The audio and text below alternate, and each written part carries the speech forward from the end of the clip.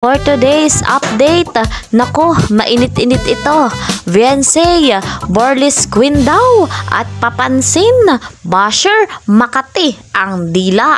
Aba, ay grabing basher. Bago po tayo magpatuloy sa bago po sa aking munting channel, please po subscribe, like, and share. At huwag niyo pong kakalimutan i-click ang notification bell para lagi po kayong updated sa aking mga uploads na videos. Sa basher na ito, tiyak marami na ang nagagalit, lalo na sa supporter ng EDC at lalo na sa supporter ni Viancy. Guys, mga kalingap, bago po tayo magpatuloy, ay patuloy din nating suportahan sina Kalingap Rob at Kuya Val Santos Matubang para marami pa silang matulungan na nangangailangan. Dito tayo sa ating topic na talaga namang grabe yung basher, Makati ang dila at kaya niyang sabihin na papansin at Borlis Queen ang ating Viancy.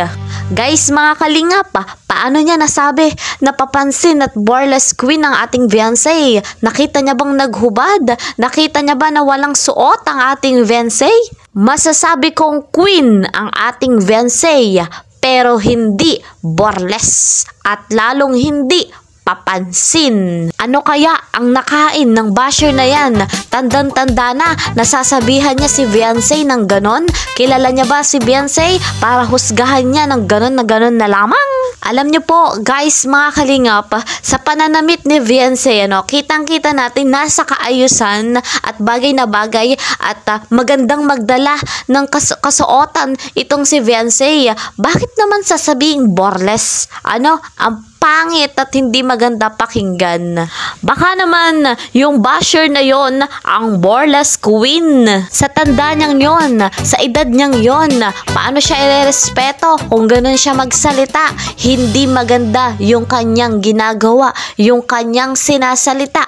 Makati ang kanyang dila. Gusto nyo guys malaman kung sino yung basher na yon na nagsabi na si Viancy ay papansin na Borlis Queen? Si Teresa Bautista lang naman. Naku po. Guys, mga kalingap, paano niya kaya nasabi na papansin si Viancy? At kanino naman magpapapansin si Viancy? Kapansin-pansin lang talaga yung ganda ng ating baby Viancy, Kasi natural beauty at natatangi si Viancy. Sa tingin nyo guys, mga kalingap, sa pananaw ninyo kung bakit nasabi yon ng basher para sa akin? Kaya nasabi niya yon dahil inggit siya. Ang inggit, Makati ang dila. Delikado. Guys, mga kalingap, pag sinabi kasing Borlis, yung katawan mo, wala nang suot, wala nang tabon. Kung meron mang tabon, ay nakikita pa rin yung maselang parte ng katawan. Ngayon, sasabihin niya kay Viancy, paano at bakit Borlis ang ating Viancy? Alam mo, basher, kung ayaw mo kay Viancy at may gusto ka, na may gusto ka, siguro hindi lang nahihigitan ng gusto mo si Viancy, kaya nasasabi mo yan. Very wrong. Huwag mong idamay si Viancy. Kung lumalamang si Viancy dun sa gusto mong tao, naku po, mali ang bibig mo, Makati. Kaya basher, tigil-tigilan mo si Viancy. Ikaw ang tunay na Borlis Queen at tunay na papansin. Anong ginawa sa'yo ni Viancy at nasabi mo yan? Alam mo basher, kung ayaw mo kay Viancy, pues wag mong panoorin. Hindi ka namin pinipilit. Kung ano yung gusto mong tao, yung gusto mong suportahan, doon ka na lang lamang. Wag ka na kung ano-ano sinasabi mo at kami ang makakalaban mo. Kung gusto mo na irespeto ka, ipakita mo po nakarespeto ka. Bakit basher? Sino ba yung pinagmamalaki mong tao, at kaya mong gawin at sabihin kay Viancy yung ganito? Do you think yourself is good and enough para sabihin mo kay Viancy yung ganito? Kung sa tutuusin, si Viancy ay napakamahiyaing bata, napakabuting bata, at mapagmahal na anak. Talagang OA lamang yung basher na ito at kaya niyang sabihin yung papansin at burlesque queen ng ating Viansay. Hindi po lalaking papansin at burlesque queen si Viansay. Alam niyo kung bakit? Unang-una, yung magulang niya, no, maayos magpalaki sa kanilang magkakapatid. Mabuti yung kaniyang magulang. At pangalawa, bakit naman gagawin ni Viansay, no, na magpapansin at magborles? 'Di ba? Ang OA talaga ng basher. Gagawin ba yun ni Viansay? Patawa! Ha ha ha! Alam niyo po guys, mga kalingap, maaapektuhan dito si Viansay, syempre. Siya yung sinasabihan at binabash ng ganitong klase.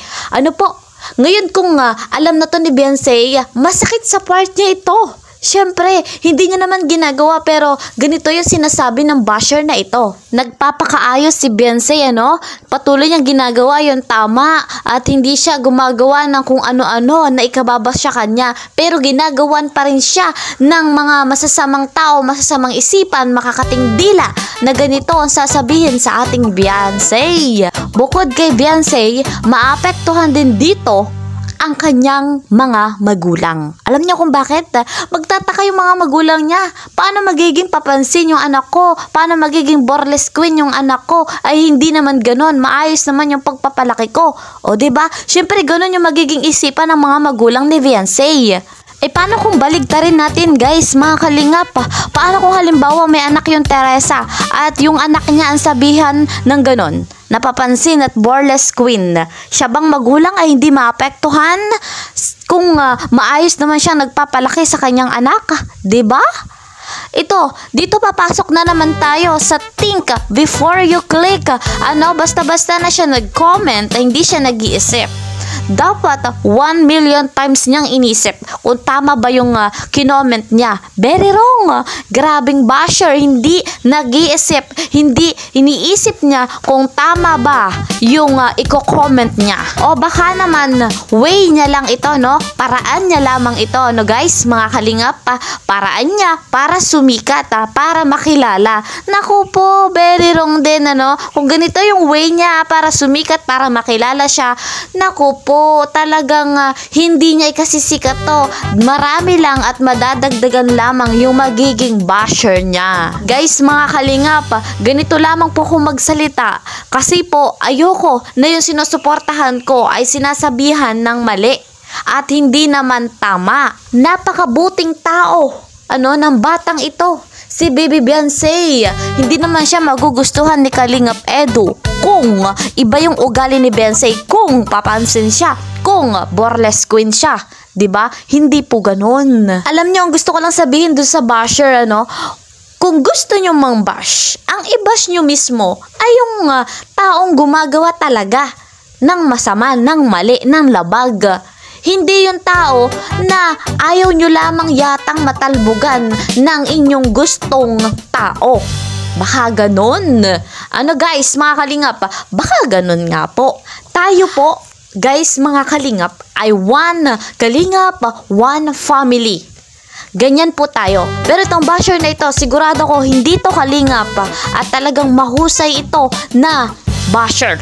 Grabe siyang magsalita. Puputaktihin talaga siya ng mga supporter, ng mga pumoprotekta kay Viansay. Ayan po, guys, mga kalingap, ganun pa man ang sinasabi ng basher na yan sa ating Viansay ay patuloy nating suportahan. Ganun din ng love team, ang EDC, 100% nating ibigay yung suporta. Ganun din sa iba pang love team, ang Dang Joy at ang Jom Carl. At saan man sulok ng mundo, mga subscribers, listeners, viewers, ingat po kayo palagi. Maraming salamat sa pagsubaybay. See you po sa next vlog. Bye-bye!